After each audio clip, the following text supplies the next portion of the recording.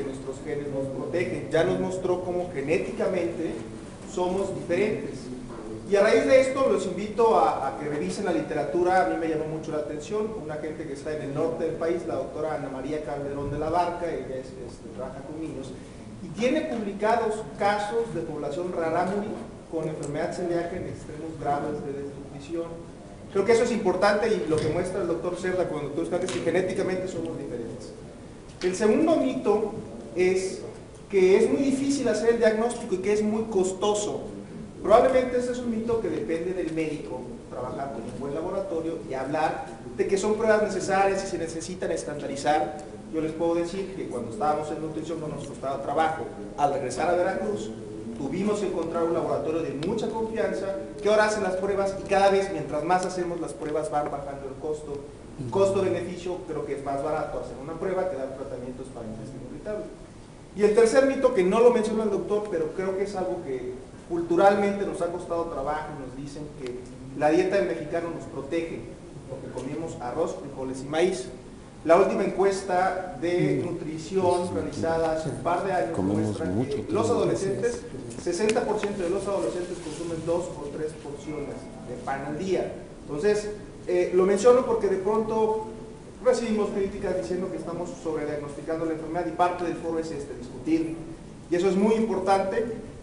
Cuando oímos, y van a ver el caso, por ejemplo, de Oscar y de Verónica, donde nosotros no hacemos el diagnóstico ya lo hicieron ellos. Y nosotros tenemos que tener la certeza de confirmar o corroborar el diagnóstico, porque así como hay estos dos casos, hay muchos pacientes que llegan diciendo somos celíacos y no son. Y entonces o se enferman o los acabamos de enfermar. Entonces, es una línea muy delgada que obviamente habrá que discutir. Solamente para introducir a Oscar y a Verónica, esto es un poquito redundar en lo que mostraba el doctor Uscanga. Esto es un estudio que me gusta mucho, porque es un estudio americano donde demuestra antes de 1980 cómo se hacía el diagnóstico de enfermedad celíaca. La mayor parte de estos casos eran sujetos que tenían diarrea crónica y mala absorción. Y como en Estados Unidos, la mayor parte de los pacientes que hoy se diagnostican con enfermedad celíaca ya no son las malabsorciones, es este alto porcentaje de sujetos que tienen anemia microcítica, osteopenia, osteoporosis, hipertrofia. Entonces hay que cambiar un poquito a mirar ese grupo, y ya el doctor Uscanga nos platicó de esta duro rompecabezas que hay que ir quitando y tratar de ver en qué espectro van a estar esos pacientes. Creo que el espectro de normalidad en el mexicano lo resumió muy bien el doctor Uscanga. Todos creemos que después de comer inflamar, distenderse y eructar es normal, y eso no es la normalidad.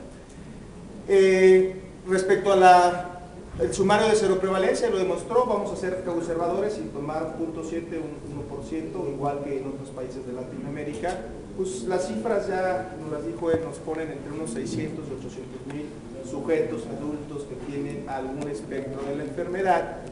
Y esto, asumiendo esta prevalencia, les voy a mostrar, y eso es una crítica y es un punto muy importante con el cual nosotros creemos que tenemos que hacer mucho hincapié, porque los pacientes se organizaron antes que nosotros como médicos en sus asociaciones. Entonces, es una enfermedad que, igual que otras enfermedades, que en México tienen esta prevalencia, y les voy a mostrar, ya se los decía, hepatitis C, hepatitis B, CUSI, Crohn y el esófago de Barrett. Más o menos esas son las prevalencias.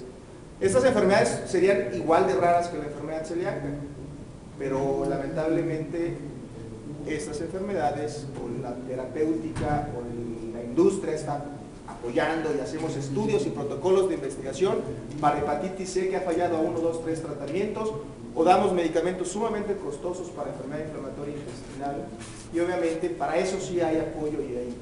Yo creo que tenemos que ser justos y equitativos con otras situaciones como esta. Les voy a presentar, esta es la página o el blog que tiene Oscar, para introducirlo a él. Este es su blog, que se llama celiacosmexico.org. Creo que Oscar, como paciente, yo puedo decir, lo he conocido, creo que personalmente es la primera vez que lo conozco, lo conocí a través del doctor Uscanga, de Lalo Cerda, y de comunicaciones. Es la gente, creo que como paciente ha trabajado más en la difusión de la enfermedad. Es una gente muy severa, muy crítica, pero muy juiciosa acerca de la enfermedad, y muy actualizado. Les muestro esto porque este es el blog de ayer, y este sujeto Llegó a mi consultorio de la universidad hace una semana. Él es un artista plástico de Orizaba. Y no nos dio tiempo de invitarlo, pero en resumidas cuentas, ¿cuál creen que sea el colmo de un paciente celíaco? Hacer pan. Hacer pan. Él era panadero y su labor en la panadería era probar la masa todos los días. Él llegó con un cuadro dérmico, con una dermatitis septiforme de difícil diagnóstico. Un dermatólogo en Jalapa le dio el diagnóstico y él, como muchos pacientes, se acabó diagnosticando la enfermedad celíaca. Creo que estos pacientes ahí andan, lo que pasa es que tenemos que buscar. Entonces, la labor que hace la gente que trabaja en los mismos pacientes es esto. Seguramente Oscar y Verónica conocieron a través de la internet al paciente antes que nosotros pudiéramos la oportunidad de contactarlo y de trabajar.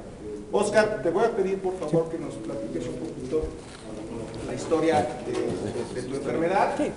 Oscar es un licenciado, un currículo amplio como reportero, bueno, sí, periodismo a fondo, es periodista, hay que decirlo, y él nos va a platicar acerca de su enfermedad. Oscar, por favor.